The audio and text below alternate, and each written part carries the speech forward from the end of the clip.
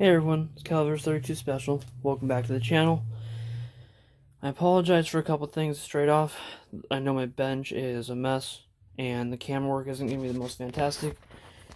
Whatever reason, I've been having some issues as of late with my GoPro Hero 5 session. So I need to figure out what's going on with that, and then I can get back to doing a little better quality. A while back, I was shooting my 223 bolt action and was having some issues. First shot would be almost a perfect bullseye from a rest. Second shot, horizontal center line 2 inches left. Third shot, horizontal center line 4 inches left. Third shot, fourth shot 6 inches left. Not sure what exactly was going on. Had a friend take a few shots that same day with that same rifle. He was getting the same results or something very similar. So, although it could be that we were both having similar issues, similar time, but that reduced the odds. Talked to Clovertac, and after a few questions back, question and answers back and forth, one of the things he advised was try some different ammo. I have some hand loads I have loaded up for some ladder testing. I'll use that as a demo. The ones I purchased were polymer tipped, just like these ones are. They were 50 grain Hornady VMAX, and I'm running them through in an American Eagle loading. The American Eagle black box, or now I guess it's blue. At the time it was black when I bought it. I have a 1 in 8 twist in my barrel, in my rifling. One of the things Clover suggested was maybe, because that's on the 50 grain, was on the very bottom end of what that twist is supposed to be able to work with, that maybe try some different weights. So today I went to the range and I had some other ammo, I think it used a Hornady 50 grain, Hornady VMAX as well, but it was 55.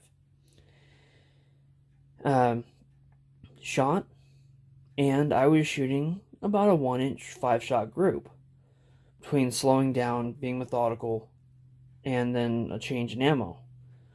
I was probably 10 to 12 seconds between shots this time, so almost about double.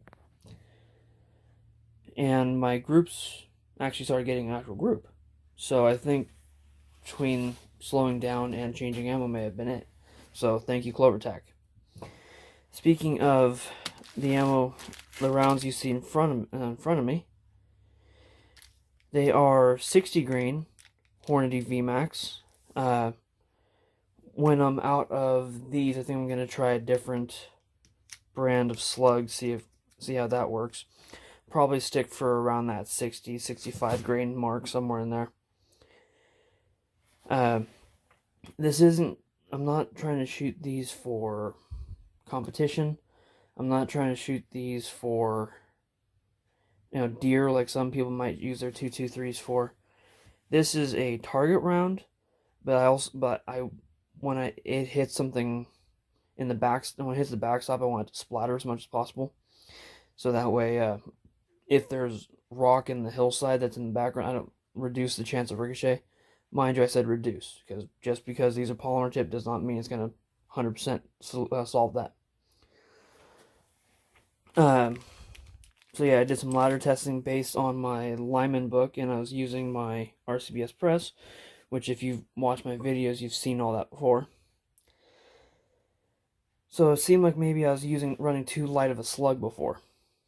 So that's good to know. It gives me somewhere to start testing in order to, before changing the scope mounts, before scrapping the rifle and getting a different one, it gave me a quick, simple, relatively affordable thing to start testing, and it seems to be helping. Um, so I just wanted to say thank you out there to Clovertac. Put this out there as a, if you start having, error in your shot placement, and if you can have multiple people shoot it, so you can eliminate shooter error from the problem as much as possible, then maybe ammo is the cheapest, quickest thing that you can change to to test the difference, to see if that fixes your problem. Anyhow, guys, I appreciate you stopping by. Thank you very much. Have a wonderful day.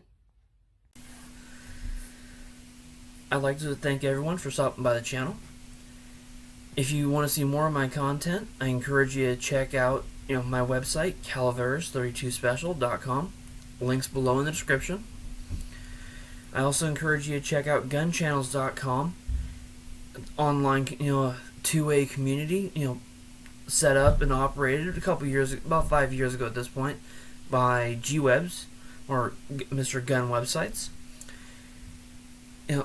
He is a avid activist for our two-way rights, so that's where I encourage you to stop by there, as well as his website, gearwebsites.com, where where a lot of his financing comes from, to help him fight for our rights. I hope you guys are willing to stop by both of those websites. Oh, and before I get on mine, I have my Spreadshirt store link and my Patreon link over there for anyone who is so inclined as to helping out the channel. Much appreciated. And anything I decide any money I get over there, I'll be putting back into the channel, and I'll be giving my patrons a chance to chime in as to what they think I should be using it on. I want to say again, thank you very much for stopping by. Have a wonderful night.